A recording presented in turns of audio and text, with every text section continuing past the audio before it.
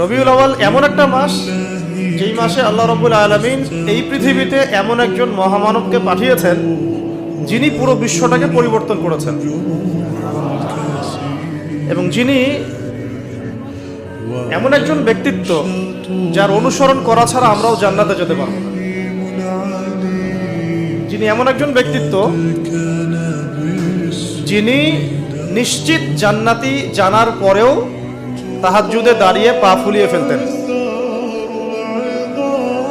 যাকে আল্লাহ রাব্বুল আলামিন দোয়া কবুল হবে সার্টিফিকেট দিয়েছেন, তিনি সেই দোয়াটাকে স্টপ রেখেছেন।